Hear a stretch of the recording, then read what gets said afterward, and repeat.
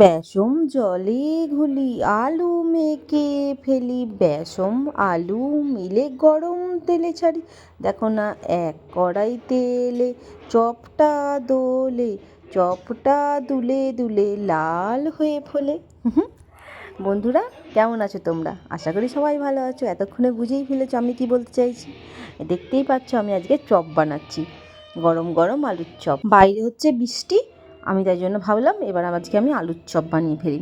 তাই প্রথমে আলুটাকে সিদ্ধ করে নিয়েছি, সিদ্ধ করিয়ে সব মশলা দিয়ে আদা ধনে জিরে সব দিয়ে মেখে নিয়েছি। তার মধ্যে দিয়েছি কাঁচা লঙ্কা ধনে পাতা, তার উপর দিয়েছি বাদাম ভেজে ছড়িয়ে দিয়েছি। এই যে চপটাকে আমি গোল গোল করে শেপ করে নিচ্ছি, এরকম করে অনেকগুলো শেপ করে নেব। যে বেসনটা যে গুলে নিয়েছি একটু ধনে গুঁড়ো আর একটু হলুদ দিয়েছি, একটু নুন, আমি খাবার সোডা দিইনি, বেসনের মধ্যে গরম তেল দিয়েছি। যেরকম করে অনেকগুলো চপ বানিয়ে নিয়েছি দেখো। এবার আমি এগুলোকে একে একে তেলে ছেড়ে দেবো।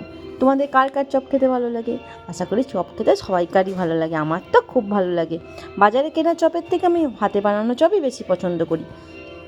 এই দেখো তেলের মধ্যে ছেড়ে দিয়েছি আমি চপগুলো, দেখো কেমন দুলছে তেলের মধ্যে। অবশ্য এক কড়াই তেল নেই, কিন্তু যার যতটা লাগে ততটা তেল আমি দিয়েছি।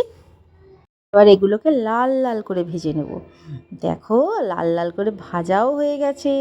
এবার এগুলোকে আমি তুলে নেব। আজকের ডিনারে আছে দুপুরবেলা ভাত করে রেখেছিলাম, ভাতগুলোতে জল দিয়ে রেখেছি, আর চপ, জল দেওয়া ভাত আর চপ। আর ফ্রেন্ডস, আমার ভিডিও তোমাদের কেমন লাগে সেটা প্লিজ একটু কমেন্ট করে আমাকে জানিও, তাহলে আমার ভিডিও বানাতে আরও ভালো লাগবে। যদি আমার ভিডিও তোমাদের ভালো লাগে প্লিজ লাইক করে দিও, শেয়ার করে দিও। দেখো তোমাদের সাথে কথা বলতে বলতে চপগুলো আমার রেডি। দেখো অনেকগুলো চপ বানিয়েছি, এই কটা বলে এই কটা ভেবো না। দেখো আমি এখানে নিয়ে নিয়েছি পেঁয়াজ কাঁচা লঙ্কা, তার সঙ্গে কাঁচা সর্ষের তেল। তাহলে কেমন লাগে ভিডিওটা জানিও। আবার দেখা হবে নেক্সট কোনো ভিডিওতে তোমার সাথে। ততক্ষণ পর্যন্ত তোমরা খুব ভালো থেকো। Tata, bye bye.